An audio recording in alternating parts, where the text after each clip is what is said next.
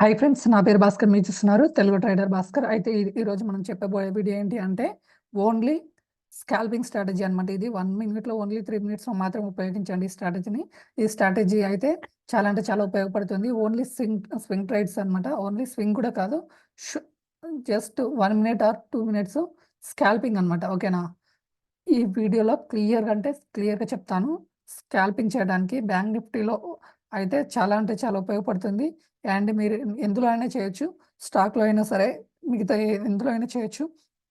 But ఇది ఎలా use చేయాలి అనేది క్లియర్ అయితే చెప్తాను చూడండి. అంతకన్నా ముందు ఇక్కడ మీరు వీడియోలోకి వెళ్ళే ముందు ఒక్కసారి ఈ వీడియో మనకి ఎప్పుడైనా నచ్చింది అనుకోండి, మీకు ఏ పాయింట్ ఆఫ్ వ్యూనన్నా ఆ వీడియోని కంపల్సరీ సబ్స్క్రైబ్ చేయడానికి, లైక్ చేయడానికి ట్రై చేయండి. ఓకేనా? అయితే ఇప్పుడు మనం ఈ వీడియోని ఇండికేటర్లోకి వెళ్ళి ఇప్పుడు యాడ్ చేసుకుందాము. ఓకేనా? ఇక్కడ చూడండి, రీసెర్చ్ చేస్తున్నాను డ్రాయింగ్లో ఇండికేటర్స్ని. ఇక్కడ చూడండి, మనకి సిఎం స్లింగ్ షార్ట్. ఓకేనా? క్లియర్గా చూడండి, సిఎం స్లింగ్ షార్ట్. ఇది క్రిస్ మోడీ ఉంటుంది. ఈ క్రిస్ మోడీ దాన్ని మీరైతే సెలెక్ట్ చేసుకోండి. ఇక్కడ సెట్టింగ్స్ అయితే చూడండి, ఇక్కడ చూడండి క్లియర్గా మనకి ఇన్పుట్స్లో ఇంకేముండవు. మనము సెట్టింగ్స్ అయితే ఇవి డిఫాల్ట్గానే పెట్టేస్తున్నాను. ఇక్కడ ఇన్పుట్స్లో ఏమన్నా ఇవి కలర్స్ ఏమన్నా చేంజ్ చేసుకుంటే చేంజ్ చేసుకోవచ్చు. ఇందులో అయితే మనకి ఏం చేంజెస్ అయితే ఏం లేవు. ఓన్లీ ఇక్కడ ఉన్న సిగ్నల్స్ని అలాగే ఆటోమేటిక్గా యూజ్ చేయండి. కానీ ఇందులో అయితే నేనైతే ఏం చేంజ్ చేయలేదు. సార్ మీకు చూపించాలి కాబట్టి చూపిస్తున్నాను. ఓకే, ఇక్కడ క్లియర్ అయితే చూడండి, ఇది ఓన్లీ స్కాల్పింగ్ పర్పస్లో ఉపయోగపడుతుంది. మినిమం అంటే మినిమం ఒక 20 to 30 పాయింట్స్, 50 పాయింట్స్ ఇలా మీరైతే బ్యాంక్ నిఫ్టీలో అయితే గెయిన్ చేయొచ్చు. ఎప్పుడైతే ఇక్కడ క్రాస్ ఓవర్ జరుగుతుందో చూడండి, ఇక్కడ క్రాస్ ఓవర్ జరిగిన తర్వాత మనం పొజిషన్స్ అయితే తీసుకోవాలి. ఎక్కడైతే క్రాస్ ఓవర్ జరుగుతుందో ఇమీడియట్లీ మనం పొజిషన్ తీసుకుంటే ఆ క్యాండిల్ లోలో మనమైతే ఎస్ఎల్ అయితే పెట్టుకోవచ్చు. ఇక్కడ చూడండి, ఇక్కడ క్రాస్ ఓవర్ ఇక్కడ జరిగింది మనకి. ఇక్కడ బై చేసామనుకోండి, ఇక్కడ మనకి ఎస్ఎల్ హిట్ అయిపోయింది సింపుల్గా. బట్ ఈ గ్రీన్ లైన్లో ఉన్నంతసేపు కనుక మీరు ఉండగలిగితే కనుక ఇక్కడ మళ్ళీ రీఎంట్రీ దొరికింది. ఇక్కడ ఎస్ఎల్ హిట్ అయిపోయిన తర్వాత ఇక్కడ రీఎంట్రీ తీసుకున్న వాళ్ళకి ఎస్ఎల్ హిట్ కాకుండా మనకి మంచి ప్రాఫిట్ అయితే వచ్చింది.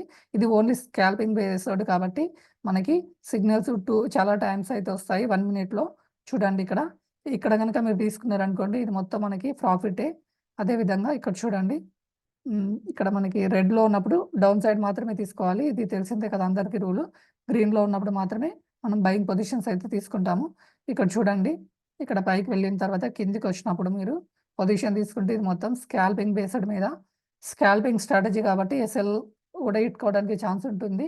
ఎస్ఎల్స్ ఇందులో వెరీ రేర్గా అనమాట ఎస్ఎల్స్. బట్ ప్రాఫిట్స్ అయితే 1:2, 1:5 అలా ఆ రేంజ్లో వస్తాయి. సో ఇక్కడ చూడండి, మీకు బయింగ్ సిగ్నల్స్ ఇక్కడ వచ్చిందనమాట బయింగ్. ఇక్కడ కనుక మీరు బై చేస్తే అక్కడ నుంచి మనకి మంచి ప్రాఫిటే వెళ్ళింది క్లియర్గా. బ్యాంక్ నిఫ్టీలో అది వేరే స్టాక్లో చూద్దాము ఒకసారి. ఇక్కడ చూడండి, ఇక్కడ ఆదాని స్టాక్లో చూడండి, ఆదాని ఏంటి స్టాక్లో మనకి క్లియర్గా మనకి ఈ లైన్ కింద ఉన్నంతసేపు మనం హోల్డ్ చేయగలిగితే ఇది మొత్తం ప్రాఫిట్ అనమాట. మళ్ళీ మనకి బయింగ్ సిగ్నల్ అయితే ఇక్కడైతే ఈ రోజు అయితే రాలేదు. అంతకుముందు రోజు ఏమన్నా చూద్దాము.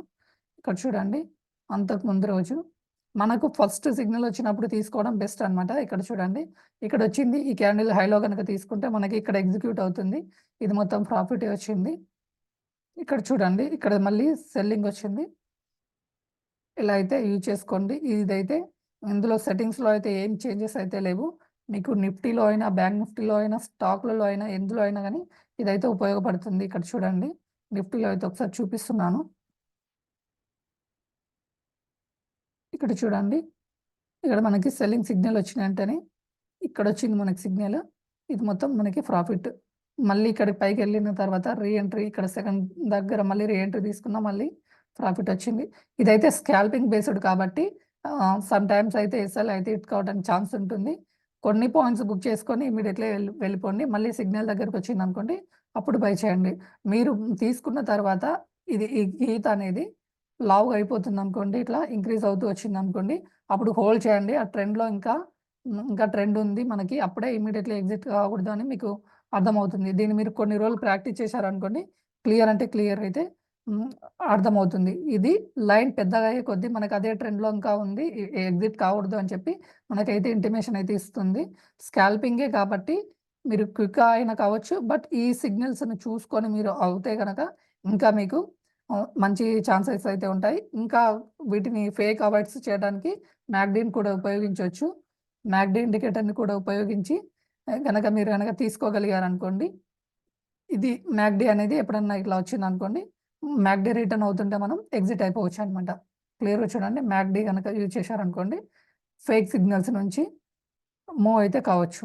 ఓకేనా ఫ్రెండ్స్? ఈ వీడియో మీకు క్లియర్ అర్థమైంది అనుకుంటున్నాను. వీడియో మీకు నచ్చితే లైక్ చేయండి, షేర్ చేయండి, సబ్స్క్రైబ్ చేయండి. Okay. Thank you for watching Telugu trader Bhaskar.